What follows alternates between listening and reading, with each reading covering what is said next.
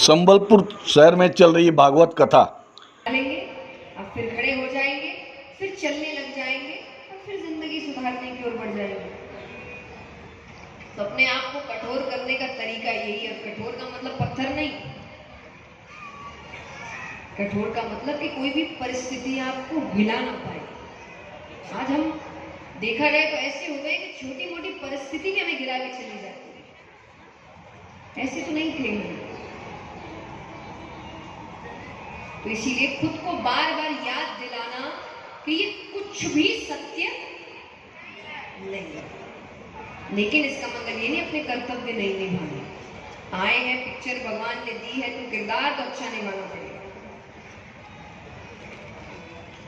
तो यहाँ पर ध्रुव जी को भगवान अच्छी सीख देते हैं, चले गए।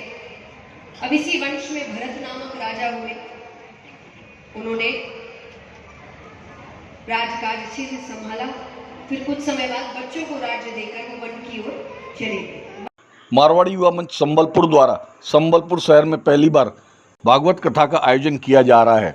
अनोखा श्याम मंदिर के निकटस्थ मंडलिया मैदान में चल रहे इस 7 दिवसीय भागवत कथा में विश्व प्रसिद्ध कथावाचक जय किशोरी जी के मुखारबिंद से भागवत कथा का आयोजन चल रहा है।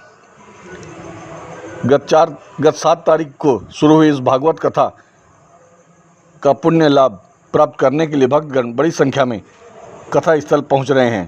चालक हुआ तो उसकी मृत्यु हो गई, पर बच्चे को भरत जी ने पकड़ लिया। वो पानी में थे। अब उनके सामने उसकी माता की मृत्यु हुई है तो उनको लग रहा है कि बच्चा कहाँ जाएगा। छोटा सा है, इतने जंगली जानवर है, वो अपनी कुटिया में।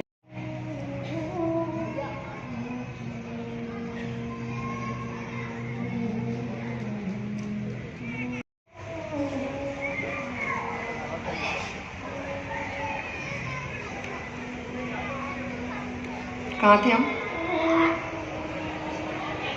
हाँ, तो मनुष्य का स्वभाव है कि वो 24 घंटे ही किसी के साथ बिता रहा है, हर वक्त ही किसी के साथ रह रहा है, तो मुंह पड़ जाता है, उसका आदत लग जाती है उसको। करे मेरे बालक के साथ हर वक्त उनको वो अपने करीब चाहिए। एक दिन यहाँ कुटिया के अंदर वो पूजा की तैयारी कर रहे हैं, वो कुटिया से बाहर खेल रहा है। मृगों का समूह आया, अपने जैसों को देखकर वो उनके साथ चला, उसका मुंह नहीं पड़ा।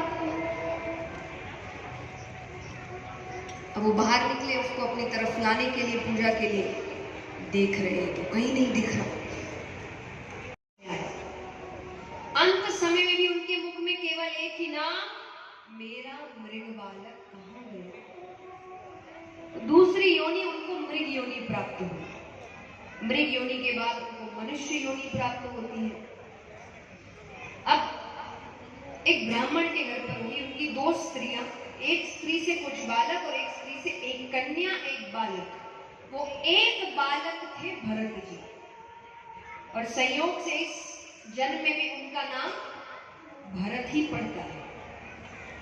अब यहाँ माता पिता की मृत्यु हो गई तो भाइयों ने सोचा इसको ज्यादा पढ़ाते नहीं है, आगे जाके दिक्कत करेगा। कैसी दिक्कत?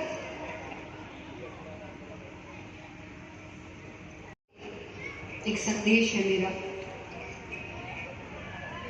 अपने बच्चों को शिक्षित करिए, उनको पैरों पर खड़ा करिए। शादी वादी होती रहेगी, कि मैंने कई माँ बापों को कहते हुए सुना है जिनके 2-3 बच्चे हैं, जब वो सबकी शादी कर देते हैं, कहते हमने तो सबकी शादी कर दी, गंगा नहा लिया। शादी करना गंगा नहाना होता है क्या? शादी तो वो खुद ही कर सकते हैं, कर ही रहे हैं। आज जरूरत पड़ रही है क्या उनको?